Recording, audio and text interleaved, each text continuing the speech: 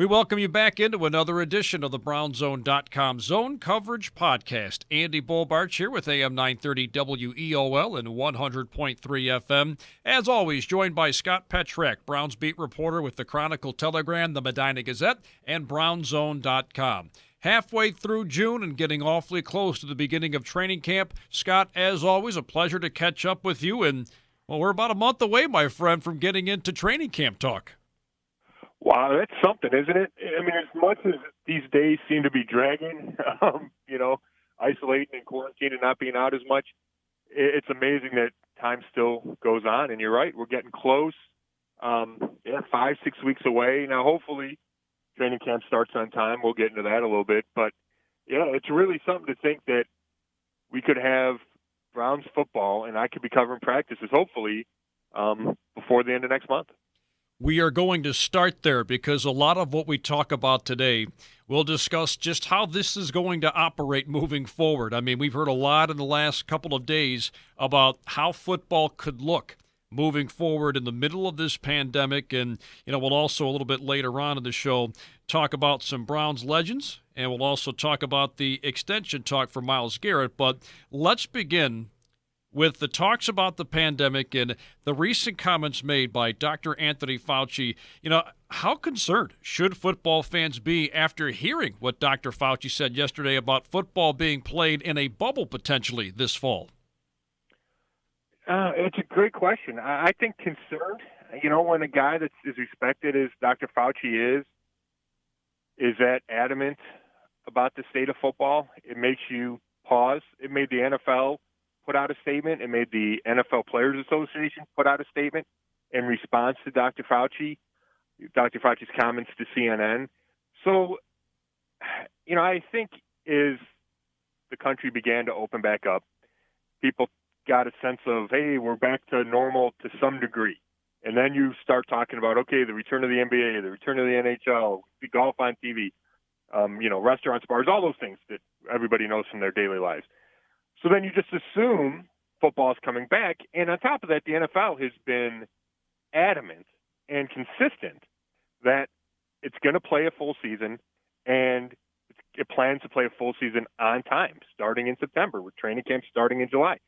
So when you have that as your backdrop, I think the Fauci comment is kind of a jolt of maybe reality that says, and he really feels that the league needs to play in a bubble if it's going to play. And we're going to see the NBA play in a bubble down in Orlando. But it's to me, it seems unrealistic to think that the NFL can play like that. First of all, the season is 6 months, right? They report end of July. If you play in the playoffs, you go through February. Even if you lose at the end of the regular season, you're through December. That's a long time to ask people, grown men, grown women, coaches, PR staff, whoever, to isolate, right? It just doesn't seem practical. So, I think the players in the league know that there's a degree of risk, and I know that it's a higher degree of risk than golf or baseball or NASCAR because it's a contact sport. So, that's why the league and the Players Association are still working out guidelines, still working out rules for safety, to be as safe as possible coming back. But I think the bottom line is both sides know there's too much money to lose, owners and players, to not have a season. And if you can do it and think it's as safe as possible, then everyone's going to want to do it. Now, the issue for me, and probably for Fauci, Dr. Fauci too, is what if there are a bunch of positive tests in week 6, let's just say, right? And that could be from anything. It could be from a player, for whatever. A player can contract the virus numerous ways, especially if you're not in the bubble, right? You go home, your kids are at school, they bring it home. Your wife works, she brings it home. It's just the reality of everyday life for everyone. And all of a sudden, you give it to 5 teammates, or you give it to 5 opponents, and then the league has 12 cases per team. Then what does it do? And I'm sure there's contingency plans. I'm also sure that Commissioner Roger Goodell and the owners and the players don't want to think about that, right? They don't want to be faced with, do we shut down for 2 weeks? Then do we try to go in a bubble? Like, there's a lot of moving pieces here, which is why the league and the Players Association have not been able to agree on the final set of rules for training camp. because there's so many moving pieces, so many variables. So the bottom line for me is Fauci's comments are concerning, and they remind us of the serious nature that the NFL is going through. But I remain convinced that the league is going to try to play and will start. It's just a matter of, is there that second spike? Does the league get hit? And then how does it handle it? Well, and how they handle it locally, or how they handle it especially in Berea in the early stages of the process and training camp and going through a preseason, is certainly going to be really interesting. And I know that you had a chance to sit in on that conference call with Glenn Cook, the Browns VP of Personnel, and I know he had some interesting things to say about how the Browns are going to adapt and adjust to the changing environment with the virus and how that could affect the preseason. Scott, what were some of your major takeaways in that conversation about what he had to say about how this could affect the preseason? Right. Well, adapting and adjusting, it was his main message. And it's been consistent with what Coach Kevin Stefanski has talked about and GM Andrew Berry. You can only play the hand you're dealt, and you have to play it as well as you can. And you have to be flexible to adapt. So let's say, they're planning on July 28th as the start of training camp. Okay, well, what if the league says instead it's going to be August 15th? Then you have to adjust to that. What if the league says, and these are all possibilities, right? What if the league says we're going to cut the preseason from 4 to 2 games because there hasn't been any offseason practice and the players need more time to ramp up? That's been discussed. That makes sense. Glenn Cook says that wouldn't surprise him. So then all of a sudden, Kevin Stefanski, I'm sure he has a plan for playing time in 4 preseason games. So then he has to adjust it. How do I play my starters if there's only 2 games? Do I play him? Do I play him more? All those things. How do we get an evaluation of our rookies in a game if there's only 2 games and I got to play my starters more? Right? How do I answer all my position battle questions in games if there's only 2 games? That's just part of it. And then the fact that Cook got asked yesterday. The Browns haven't been able to try out free agents. And, we say free agents, we think of like a Jadeveon Clowney. But there's just guys on the street that are trying to get spots in training camps. The Tracy Sprinkles of the world, right? The Elyria High and Ohio State grad. Right? He hasn't signed with anybody. And at this point, he would have worked out for teams and been at least on their next list of guys to call in if there are injuries or you cut guys. And now none of those things are taking place. And as soon as it opens up again, players are going to, teams are going to want to try out players. So you have to be adapting there. There's just so many, like I keep saying, variables. And the organizational message is you have to adapt and you have to adjust. And we could go on and on listing the ways that the season, training camp, preseason could change because of the virus. And I do think the Browns, the intelligence of the Browns organization, right? And it's not just because they went to Harvard and Penn and Princeton and all that. But I do feel like Andrew Berry is a steady force at the top and a smart force. And so is Paul DePodesta, and so is Kevin Stefanski. That helps them in these difficult, unusual, ever-changing times. And I'm not sure I could always say that. Like, I feel, and this isn't necessarily a slight on John Dorsey or Freddie Kitchens, but I certainly feel Kevin Stefanski was better prepared and is better prepared for this unusual offseason. I think Freddie Kitchens would have struggled conducting a strictly virtual offseason program. I don't think Stefanski has.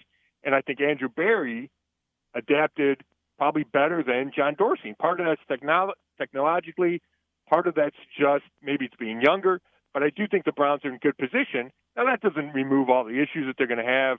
New system, new players, coming off 6-10, all those things. But I like the framework of how they've approached this really unusual offseason.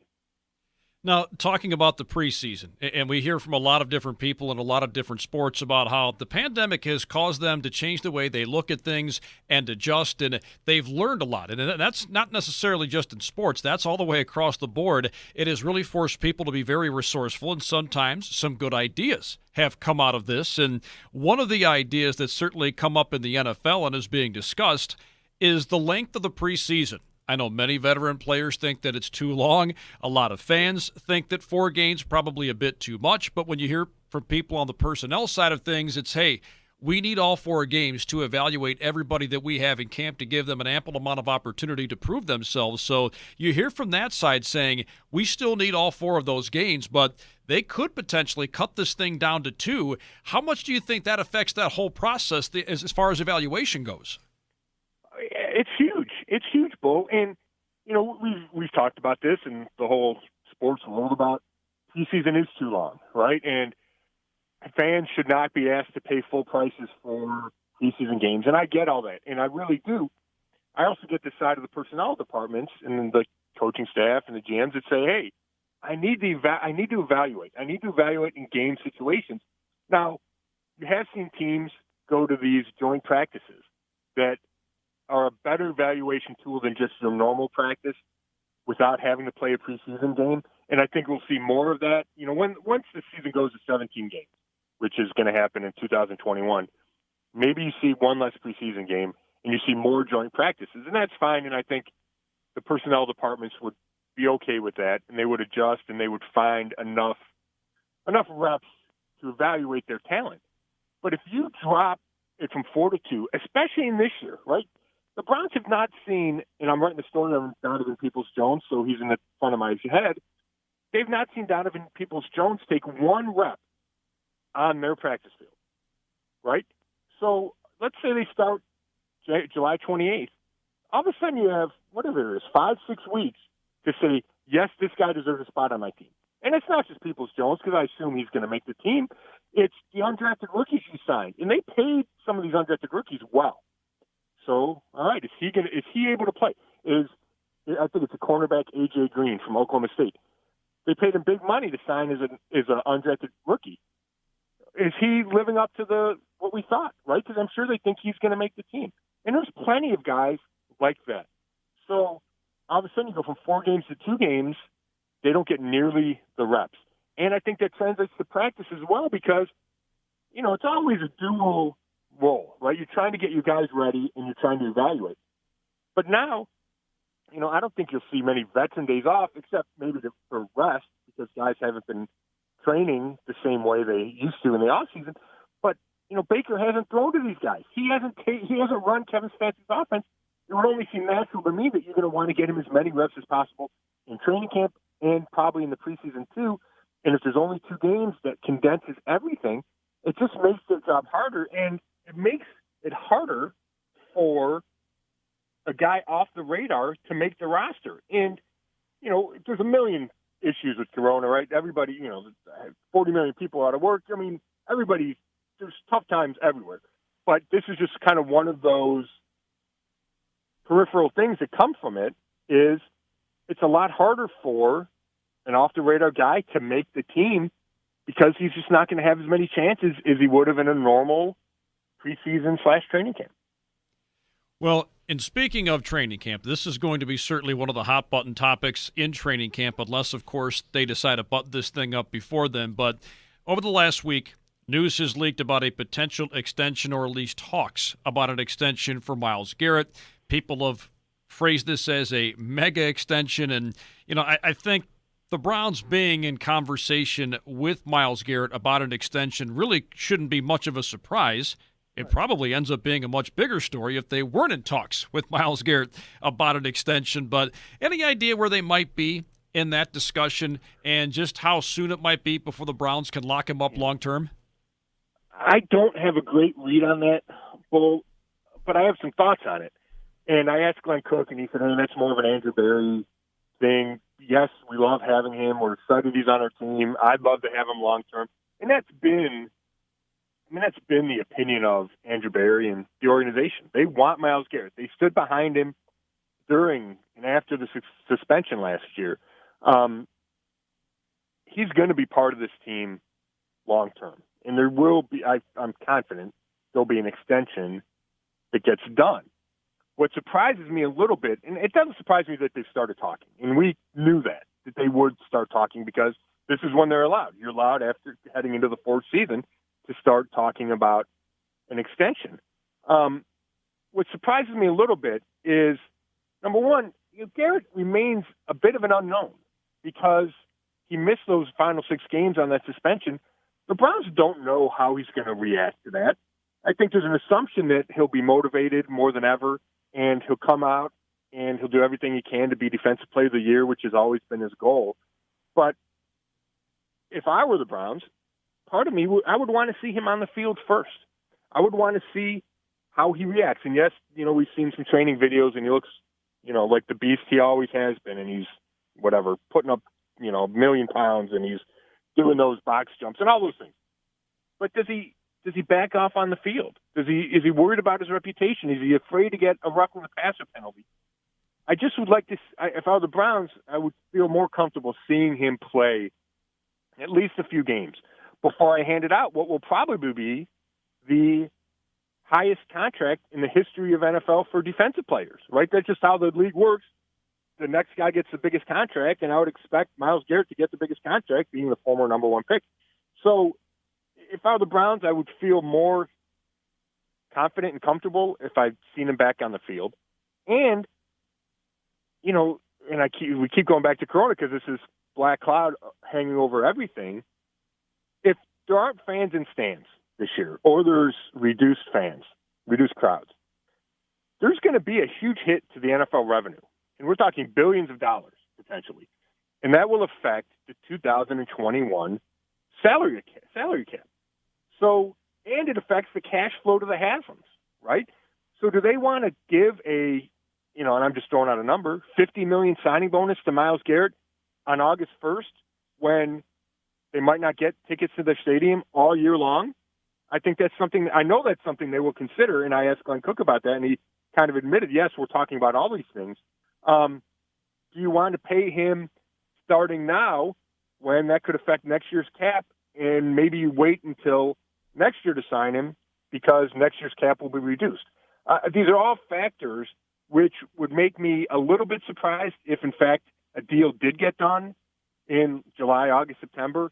Although, maybe Paul DiPodesta, I know he knows more than I do, but maybe there's a reason that they find that say, hey, we have the cash, let's pay him now, let's kind of bite that bullet as far as salary cap going forward.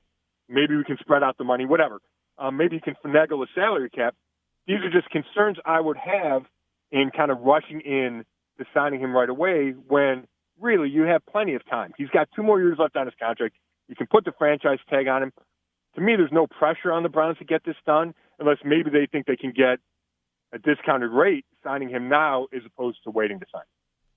Well, and for that reason, I think this probably won't be the only time that we discuss this, and it's really going to pick up some steam here over the next few weeks and probably will spill into training camp. All right, Scott, Webster Slaughter and Josh Cribbs, both going into the Browns Legends program, very, very well deserving for both. A long time coming for a guy like Webster Slaughter. I mean, his heyday with the Browns, hard to believe, but, I mean, you've got to go back just about 30 years to revisit that. And, of course, Josh Cribbs made so many different contributions, but it's great to see the Browns honoring both of these guys. It is. I would say both well-deserved. It's interesting when you look at both of them because – one of the first things that comes to my mind is excitement, right? Josh Cribbs was an exciting player, and I covered Josh, right? For his whole career, I covered him from day one. I watched him evolve from an undrafted rookie who was a quarterback at Kent to probably the best special teamer in the league, right? And I think you can argue the best special teamer in Browns history. And it was not only as a returner, I think he had 11 return touchdowns, 8 on kickoffs, which is tied for the NFL all-time NFL mark. But he was incredible. He was a force in kick coverage. And that's all about desire, right? He would run down, he'd make tackles, he'd fight through blocks. There are so many moments from Josh Cribbs' career that just jump out at you for a bunch of different reasons. He was exciting. He would bounce off tackles. He had that crazy return against Pittsburgh where he dropped the ball and he picked it up and he tight-roped down the sideline. I remember, I think it was a Thursday night game. It might have been a Monday night game in Baltimore. And he took one of the biggest hits I've ever seen as a returner. And I'm sure he got a concussion. And I remember, I think we talked to him the next day. And he was talking about playing that next week. And it's all hazy to me now, but I think he played the next week. He was just such a competitor. And he sacrificed his body. And he cared about Cleveland. And he cared about the fans. That he is definitely deserving of this. and he is a quote-unquote Browns legend. And then I flash back to Webster Slaughter, and that cut takes me to back when I was a kid, right? He got drafted in '86. I was 13. I'm probably 12 when he got drafted. So that was my formative years, and he was an exciting player, and you remember making all these big catches. In the Monday night catch against the Bears, it went for 97 yards. And I thought he had a touchdown to beat Pittsburgh in overtime one year. And just big play after big play, and he wasn't the biggest guy in the world. He's one of those guys that you flash back, and I flash back to him doing the big jumping high five with Reggie Langhorne. So it's good to see both these guys, and I kind of liked that it connects two generations. Even though it's all my generation, it connects two different Browns generations. Absolutely. One of the things I remember about Josh Cribbs, he played in the Crushers celebrity softball game a couple of years ago, and it's amazing. I mean, even after a couple of years out of the league, just how incredibly fast and incredibly athletic he was. He roamed center field, and he got to just about every ball hit to him. It was pretty impressive, and it's just wild how a guy like that just has a different set of skills and just a whole new level of athleticism. Yeah, and you know what? I probably should have mentioned this. He made himself into a serviceable receiver, right? He was never – I mean, I know he started games at receiver, but he was never a number one receiver, but he worked at it, and he became a guy that could catch routes and could catch passes and run routes. They used him as a wildcat quarterback for a while. He was just a threat on your roster, and just a guy that you would want to have on your team, no question about it. And he was one of the better acquisitions from that Phil Savage, Rainiers general manager, even though he didn't draft him. Yeah, and an incredibly awesome dude, and he certainly kind of ingrained himself into the entire community here in Cleveland as well. All right, Scott, we've come to that point in the show where we get to examine your golf shot or your golf shots of the week. Where have you played this week, and which shots stand out? Well, Bull, number one, fortunately, I have many rounds to choose from, and luckily enough, I have some shots to choose from because I've been hitting the ball better than the last time we talked. I struggled. I played last Friday at Bunker Hill. I played last Sunday at Big Met. And then I played, I want to say Tuesday, at Hilliard Lakes. So I've gotten 3 rounds out. As I talk to you, I am staring at the 10th tee at Pleasant Valley, getting ready for another tee time. Just to be clear, I have done work this week, and I will continue to do work over the weekend, but I'm squeezing as much golf as I can when the weather's good. So I'm going to give you 2 shots. I'm going to start with Bunker Hill last Friday. It's number 8. It's the par 3. It plays about 180 normally. It's a big ravine, and the green sits up top. The pin's in the back. The wind was in our face. It was a tough hole. It was playing tough, and I hit a 4-iron. It's probably about as pure as I can hit a 4-iron. It faded about 2 yards. Never really left a flagstick. Finished 8 feet short of the hole. I missed the putt. I thought I hit a good putt. I missed it. It didn't break. But I don't hit many 4-irons that solid. So that'll be one of the shots. And then Hilliard Lakes, we played the back first. They sent us off the back. So we made the turn to number 1. And it's a short par 5. But it can give you trouble if you pull it, you get in the water. If you flare it right, there's mounds, you run into the 18th fairway. I had a real good drive, kept it left of that bunker on the right. Had only a 6-iron in, hit it pure, but I'll give the shot would be the, I want to say 25-footer down the hill that went in for eagle. So I don't make a lot of eagles. I can't remember the last time I made one. So that was really nice, and you can't make the eagle without making the putt. Wow, very nice. An eagle on 1 at Little Augusta. Gotta love that. Great, great stuff. Well, Scott, hit him straight at Pleasant Valley today, and hopefully you have a whole new batch of golf shots to tell us about next week when we sit down and do this again. I certainly hope so, Bull. All right, Scott, thank you as always. Always a pleasure catching up, and we'll sit down and do this again next week. Looking forward to it. Thank you, Scott. Again, that's Scott Petrak, Browns beat reporter with the Chronicle Telegram, the Medina Gazette, and BrownZone.com. That'll wrap up another edition of the BrownZone.com Zone Coverage Podcast. For Scott Petrak, this is Andy Barch saying thank you again for listening, and we will talk to all of you again next week.